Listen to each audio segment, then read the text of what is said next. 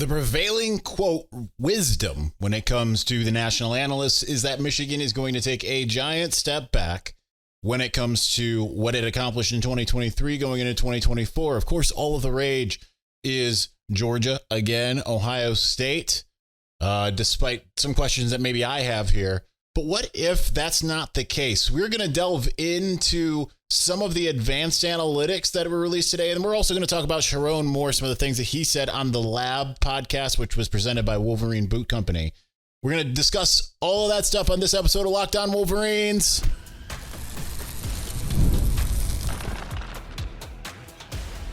You are Locked On Wolverines, your daily podcast on the Michigan Wolverines. Part of the Locked On Podcast Network, your team every day. Happy Tuesday. We are back and doing it. Locked On Wolverines podcast, part of the Locked On Podcast Network, where it's your team every day. I am your man on the ground, Isaiah Hull, publisher of Wolverines Wire through USA Today Sports Media Group. And yeah, 2 in a row. It's amazing. That's what we're doing. So SP Plus on the heels of the ESPN Power Rankings, SP Plus was revealed to be updated today. That's Bill Connelly's advanced analytics. It's predictive in nature. Before we get to that, I do want to mention Michigan came in number 10th in the ESPN Top 25 Post-Spring Power Rankings. So still a top 10 team, still ahead of Florida State, ahead of Penn State. That, to me, that seems kind of crazy. Penn State, I mean, the defensive staff turnover is, and some obviously losing like Keandre Lambert-Smith. That doesn't really bode well, but Drew Aller going into his junior year, I feel like that's a big plus for them, to be honest. But Michigan comes in at number 10 behind Utah, Missouri, Alabama, Ole Miss, Notre Dame. Notre Dame, I don't know what they're doing in the top 5. I agree with the top other 4. Oregon, Texas, Ohio State, Georgia. But when it comes to SP Plus, there is a completely different ranking here. And I did the Big Ten here. Let me see if I can just pull this up. This will make my life a lot easier. All right, that's better. That's better than what I was using. So he has Michigan at number 6 in the post-spring SP Plus rankings. Michigan at this time last year was number 3. Number 3 this year is Oregon. So it goes Georgia, Ohio State, Oregon, Texas, Alabama, Michigan, Penn State. So obviously, when you look at that, you're like, okay, well, Michigan's got to play number 2 and number 3 and number 4. That's daunting. But if Michigan at least gets 1 or 2 of those, then it will be in a decent position, right? If it gets all 3, then that's just absolutely insane, right? But to me, what that tells you is that maybe things aren't quite as dire in Ann Arbor as some. And we look at any comment section, especially where you've got people outside of the Michigan fandom kind of chirping in, and they are of the belief that things are going to fall off pretty precipitously. A lot of them blame Connor Stallions, never minding the fact that people say, oh, they cheated in the first half of 2023. They didn't need to cheat to beat East Carolina or Indiana or Rutgers. Like, who? They beat Alabama, and you think that, oh, they couldn't do it. It's brainworms. A lot of people have brainworms, and they're out there telling you on the internet. Nonetheless, number 6, Michigan overall with the 32nd ranked offense, the number 3 defense, the number 7 special teams. They are behind Ohio State, who is number 2. They have the 20th ranked offense, number 1 defense. I would not be surprised if Ohio State ranks higher defensively by the end of the season. And that's not because I think it's a better defense. It's because Ohio State plays Oregon, Penn State, and Michigan, and otherwise their schedule is a little bit lighter. Michigan plays, obviously, like I just said, Ohio State, Oregon, Texas. They don't play Penn State. They do play Washington. So their schedule is a little bit tougher. So it would not surprise me if some of those offenses ended up being a little bit better. But at the same time, there's a lot that Michigan kind of has working for it, and it's a lot of returning players, of course. I mean, number 3 defense in the country, you're kind of splitting hairs when you're getting to 1 and 3. Iowa is number 2, by the way. You're kind of splitting hairs when you're getting into that area. So then it becomes, does the offense have the capability of taking advantage of the defense? Well, under Jim Harbaugh, Well, actually, you're not even just under Jim Harbaugh. Under Brady Hoke, under Jim Harbaugh, and then hopefully under Sherrone Moore, the offense has managed to score against some pretty tough Ohio State defenses. Now, certainly it's been hit or miss sometimes. 2015 was not the best offensive showing. But then you even look at like 2018, a debacle of a year. The defense fell apart, but Michigan still put up 39 points. The next year, Michigan put up 27. Yeah, they surrendered 56, but they put up 27 against what was then the number one defense in the country, and honestly marched down the field and just kind of stopped themselves more often than Ohio State stopped it. Shea Patterson fumble, lots of drops by the wide receivers, Hassan Haskins running into the back of his lineman rather than hitting the wide open hole with no one in front of him.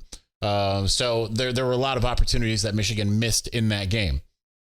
So if Michigan can still kind of do that and defensively shut down Ohio State, which easier said than done, but they've kind of did it last year and the year before. Like, yeah, Ohio State had the best showing of any team against Michigan other than Maryland a year ago. So considering when you look at what Michigan has defensively, I think a lot of you would agree that you would take what Michigan's got over what Ohio State has. What Ohio State has is still very, very, very good. So for you rival fans that love to jump in on the comments and get all mad, I mean, it's kind of like you probably take the guys that you got, right?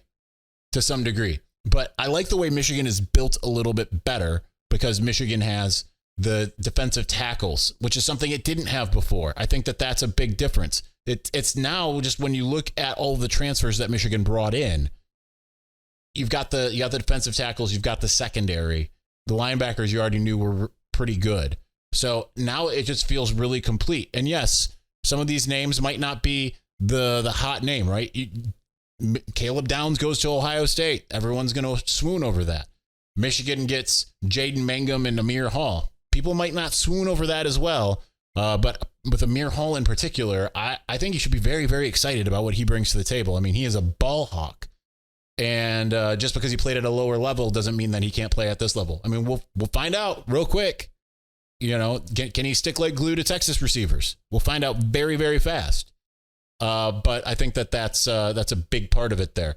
Last year, just by comparison, Michigan was number 3 with the number 7 offense and number 4 defense. So the defense is expected to be a little bit better, and the offense is certainly going to be worse. But when you compare that to Ohio State, who had the number 2 offense and number 13 defense, Ohio State was ranked 1 ahead of Michigan. Then it didn't necessarily work out. But looking at the preseason SP Plus rankings last year, Michigan won the championship. They were number 3. Alabama was number 4. So they got those two kind of right? Oh, Georgia and Ohio State, not quite as much, but I mean, Ohio State was undefeated going into the Michigan game. But then Washington was 17. Texas was number 9. And Michigan had the number 7 offense, like I said. Washington had the number 8 offense. I think we can all agree that Washington's offense, outside of playing a Michigan defense, was pretty spectacular. Texas had the number 11 ranked offense, kind of same deal. But at the same time, Michigan could shut down its offense. It might not have that luxury as much just because I don't know that this offense is going to drive the field with regularity the same way that the last one did. But we'll find out. Of course, that's the fun part. So that is that. But I want to get to the next thing, which kind of ties into this, and it's one of the things that Sherrone Moore talked about, which was not only the assembling of the defensive staff, but also his mindset when it comes to recruiting. I think that is absolutely pivotal because that is kind of more of the elixir. That's the type of thing that no one really pays attention to. It's something we've talked about on this show. So we're going to get to that here in just a moment. But before we do, when you're hiring for your small business, you want to find quality professionals that are right for the role. That's why you've got to check out LinkedIn Jobs. LinkedIn Jobs has the tools to help you find the right professionals for your team faster and for free. Now, LinkedIn is not just a job board. LinkedIn helps you hire professionals you can't find anywhere else, even those who aren't actively searching for a new job, but might be open to the perfect role. In a given month, over 70% of LinkedIn users don't visit other leading job sites. So if you're not looking on LinkedIn, you're looking in the wrong place. On LinkedIn, 86% of small businesses get a qualified candidate within 24 hours. Hire professionals like a professional on LinkedIn. LinkedIn is also constantly finding ways to make your job at finding people to step into your job that you are offering that much easier. They've got a new feature that helps you write job descriptions, making everything that much simpler. So post your job for free at linkedin.com/lockedoncollege. That's linkedin.com/lockedoncollege to post your job for free. Terms and conditions apply.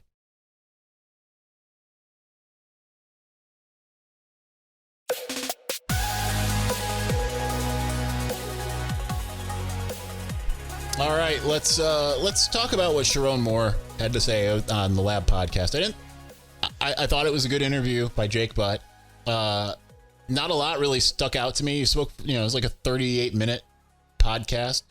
The difference between Chiron Moore and even Jim Harbaugh is that Jim gave you a lot more to kind of talk about. Sherrone, not yet. I think that's partially because we don't necessarily know, and he's kind of comes from the it's weird. He comes from the Jim Harbaugh school, which Jim was very kind of alternating in terms of sharing information and then just clamping down and not telling you anything. Like I was hoping that we were going to get some like position battle talk and, guys that are maybe really standing out, but he doesn't seem to be that inclined to answer that. Jim was intermittent in that. He had his moments and then he'd be like, I don't want to leave anyone out. So I'm just going to say everyone's doing good, or I'm just going to tell you every single person on the roster and you can write a novel instead of a 500-word story on it. But when talking about how he approaches recruiting, I thought that was interesting. Now, he's not saying, and he made it very clear, I'm not saying that we don't want elite talent in Ann Arbor. But he said that there is something else that is important, just as important when it comes to alignment. Are they able to find people who are aligned with their mission?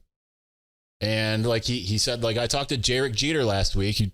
Little name drop there from Coach Moore. He's really the head coach now, right? But he's like, and he said that when it came to these Yankees teams that were winning championships, it was less about the talent and more that everyone was on the same page, pulling in the same direction. You'd probably have to go back to 2018, 2019 podcasts. I don't recommend doing that, but you could, because you'd have to parse through a lot of audio, especially the first year or two of the podcast when I didn't necessarily know what I was doing. But I talked quite a bit about the fact that they didn't have leadership. They didn't have alignment. That not everyone was on the same page. Some players really felt like they were out on their own island. And we talk about this all the time, of course, now. But we talked about that then, though, as well, is that just some players, especially the more talented ones, didn't necessarily seem like they were willing to do what these last groups of players were willing to do. Donovan Edwards coming back for his senior year, that was not in the cards, right? But he's doing it because he sacrificed a lot of himself over the last couple of years. Now, last year didn't go as well as he would have hoped, of course, for him personally, but you would never know it unless you had like a private conversation with him. And even then, you might not know it, right? Donovan Edwards looked at where he was on this team and looked at Blake Corum and looked at JJ McCarthy and said, you know what? If you need me, just come in for 5-6 times a game instead of being this co-starter that you've hyped me up as during the offseason, then by all means, because I want to be able to hoist that trophy at the end of the year. My goal is that. I think he would absolutely hate it if that ends up being the same case this year. If Kalel Mullings just happens to be like a resurgent Hassan Haskins and is just absolutely terrorizing defenses. But he would do the same because he's bought into what the vision is, right? Roman Wilson is a guy that could have transferred and gone to a more pass-happy offense. He could have gone to a Big 12 school or a Pac-12 school or Ohio State and probably gotten 1,500 yards in the process. But no, he went to a school that sometimes would throw him, 3 touchdowns in a game, and then sometimes would pretend he didn't exist. Because it was all about what the mission was on that given day. So the thing about that is Michigan has been meticulous, and Sherrone even went deeper with it, about finding people who are aligned with Michigan's mission. And I think the cool part of that was when he talked about we talked to like the janitor We go to the gas stations that they get gas at, and we talk to those people to find out, like, what are they like when they come in here? Like, that is due diligence. And Michigan has long not been the type of program that has done, like Urban Meyer famously would just pull up 24/7 Sports back when I was there and would just be like, who are the top guys? All right, cool. Michigan's not really doing that. And that's why they were able to get a Kwity Paye. That's why they're able to get a Ronnie Bell, right? And that's why sometimes you see them have just like these insane hits on all of these 3-stars. But then when you get into the higher end, you get into the 4-star, you get into the 5-star, then it becomes a little bit more tricky because they've been told by everyone, you are elite. You are the elite of the elite, right? You start getting parents who have their hands out just as much as the players, right? They're the ones sitting in the stands, and I've heard of this at Michigan. They're the ones sitting in the stands complaining to everyone that their son is not getting, isn't the focal point of the team at any given point. I'm not going to name names, but that has happened in recent years. At this moment, Michigan does not really have that. They've got everyone's pulling in the same direction. The families, the players, the staff, everyone. And I think what helps is, and this was part of it, because this came with Sherrone talking about, like, you know, the turnaround in 2020, which we have exhausted ad nauseum at this point. He just kind of reiterated, like, it became more of a player-led group, right? Aiden and Josh Ross and Hassan Haskins and Andrew Vistardis. And that the next group, especially the one that just left, took everything that they learned from that and then they pushed it even further. So the next step for Michigan, if it is able to do what you hope it can do, is that this next group, whoever the team captains are, right? And you know, it might be some juniors this year, but whoever they are, and like a Donovan Edwards, or, you know, maybe a lead by example rather than a vocal guy like Makari Page, pushing things further. Because that is the thing that we've, again, I hate to sound like a broken record. Another thing that we have talked about for the last 6 years is back in the Lloyd Carr era, when I was really paying attention to Michigan football. I mean, I wasn't at the very beginning of it, but nonetheless, when I was paying attention, you had these moments where it was like, man, this guy is so good. Like Chris Perry, like, he's so good. How are you going to replace him? And then Mike Hart, a 3-star, comes out of nowhere. And you knew by like game 2, like, okay, this dude can ball. Because and it's because not only playability, but leadership and alignment all kind of worked together. And I think that that's really important. Sherrone even mentioned, like, that's the thing about businesses, even. Business people, business leaders are looking for people that fit their vision, fit their culture. And Michigan is different in that set. Now, like he said, like, we still want elite talent. They're going to need elite talent because some are going to load up on 5-stars. And at some point, ballers are going to ball. That's just how it's going to go. But at the same time, as we've seen, you know, players like Marvin Harrison can make plays, but and you might have your little collections of 5-stars and what have you. But Michigan took down a Ohio State team that had a lot more 5-stars than it last year. Took down an Alabama team that had a lot more 5-stars than it last year. Took down equal talent, essentially, in Penn State and Washington. Did all of it essentially convincingly. So that is the key. Now, Mikey Sainristills don't grow on trees. So you need some guys to step up and take the mantle and run with it. We'll find more out about that in the fall. Let's finish out by talking about one of the things that he said about hiring the defensive staff really intrigued me. So I want to discuss that here in just a moment. But before we do, when it comes to your financial future, you think you've done it all. You've saved, you've researched, you've invested all that you can. Now you need to take those investments to the next level by using what every financial great uses. That's Yahoo Finance.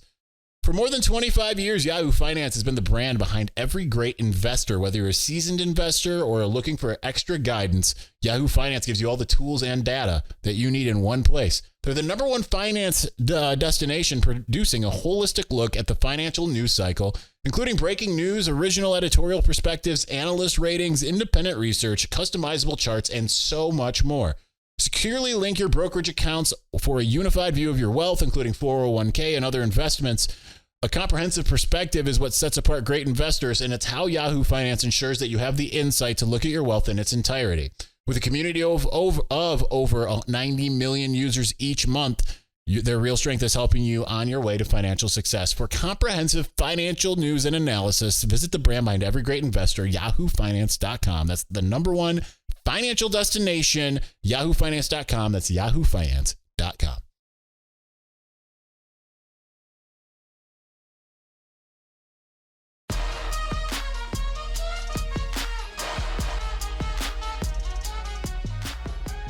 I tried to get out a bit earlier today and get the walk done. Obviously, we always tend to do this podcast somewhere between 6 and 9 p.m. At some point, we might change that. I like doing the night ones. I'm a lot more clear-headed. I think this is TMI. I think I have parasites. That's my new thing. I'm pretty sure I've got parasites. Lots of just like minor health problems that make it very difficult. I wake up kind of like to the point where I can speak coherently more so at this point in the day. That's and it sounds like a Marge. I always think of Marge Simpson, like somebody's gonna get parasites. Well, I think I did somewhere along the line. But nonetheless, I do this try to do this later. I try to do it after my walk because it's just like getting the fresh air and getting the blood pumping. It's a long walk. We do about 6 miles. Got out early, and Zuri's, she's all about it. But here's the thing is she's so all about it. She can't walk slow. She refuses. And then she tires herself out when it's a little bit hotter. And we left, it was 70 degrees, but by the time we got back, it was 80. Was trying to beat the heat, but about halfway through, she was just, I'm not doing it. I'm not moving. I tried to pick her up and carry her, and she's like, nope, I don't like this, whatever this is. She is a very stubborn puppy. I'm hoping she can hear me say that. Anyway, I know y'all love Zuri, so just sharing the Zuri update, and apparently TMI on me. All right, let's continue on. So Sherrone Moore talked about his defensive staff and setting up his defensive staff. He did, and just want to give myself a little kudos here. Mentioned on his own, like, hey, everyone I've got on this defensive staff, it has got coordinator experience, and that's pretty amazing, right? I mean, even some head coaching experience there as well with Lou Esposito at Davenport, but from Wink Martindale down, every single one has been a coordinator at some level. Obviously, Wink being in the NFL, and then Esposito at Western Michigan and Davenport. Then you had Brian Jean-Marie at USF and Lamar Morgan at Louisiana. So, and what Chiron said about that is the great thing is it just gives more insight. These guys have seen everything under the sun. They know exactly what they're looking at. It's one of the things that I hadn't thought about is they have been in different conferences. Different conferences, as you know, do things a lot differently, right? The MAC, Conference USA, the SEC, all of these different places are, that they've coached at are going to face different types of systems. Right? Big Ten, is going to try to run it down your throat, except for Ohio State and Penn State, generally. And now it'll change with the Pac-12 schools. But the style has always been kind of the same, right? You face Wisconsin, you face Iowa. Now the schemes are going to be different, but the idea of what they're going to try to do is the same, right? Tough defense, amazing offensive line, run it down your throat, supplement with passing. Michigan's no different, right? That's exactly what Michigan's trying to do.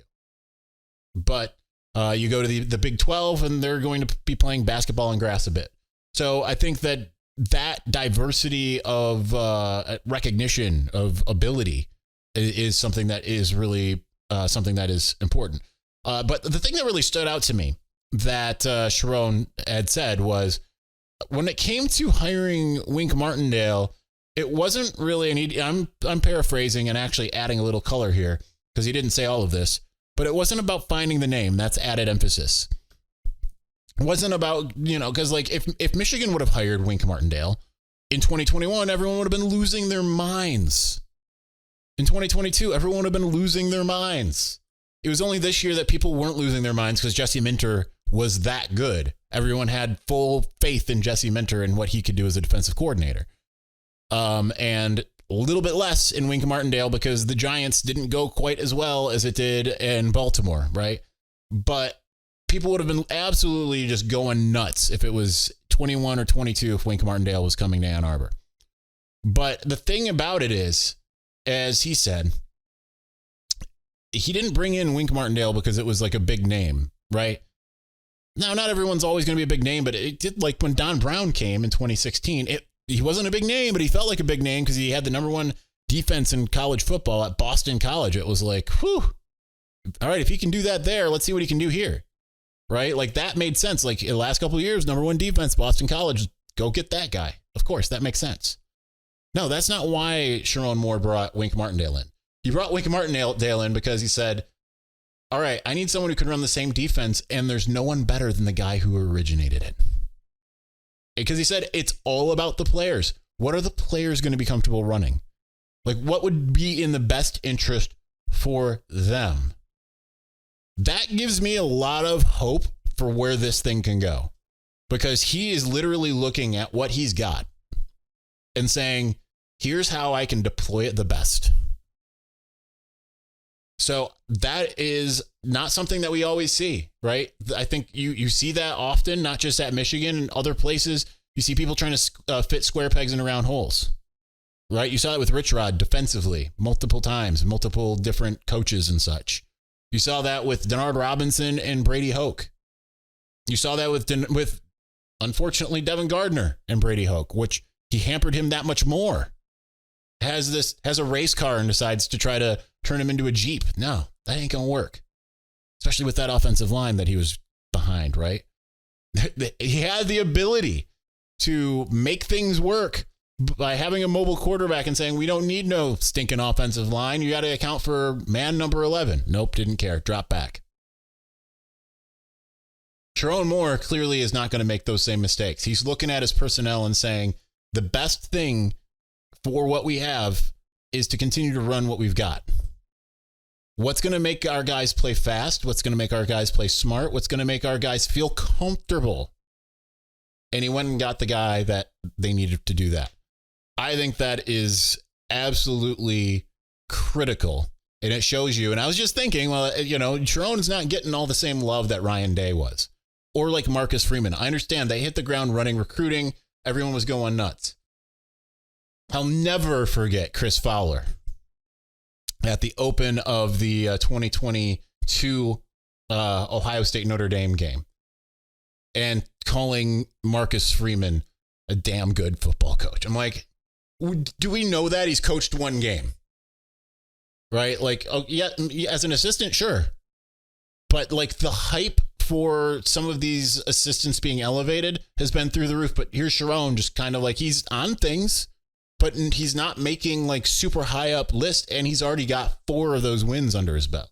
When Ryan Day took over for Urban Meyer, he had 3 games under his belt. 2 of them looked kind of iffy, and then the one against TCU was okay. Chiron's had 4 games. 2 of them looked kind of iffy, but the other 2 were incredible. And against top 10 opponents. One of them being the number 2 team in the country in the Ohio State, who had everything to lose. So I think Chiron should get a little bit more due for his acumen, because I think he's a real football coach. I think that's pretty clear at this point. All right, that's going to do it for us today. We'll be back on Wednesday and continuing to talk about whatever is going on. So thank you for watching. Thank you for listening. We'll talk to you again soon. Peace.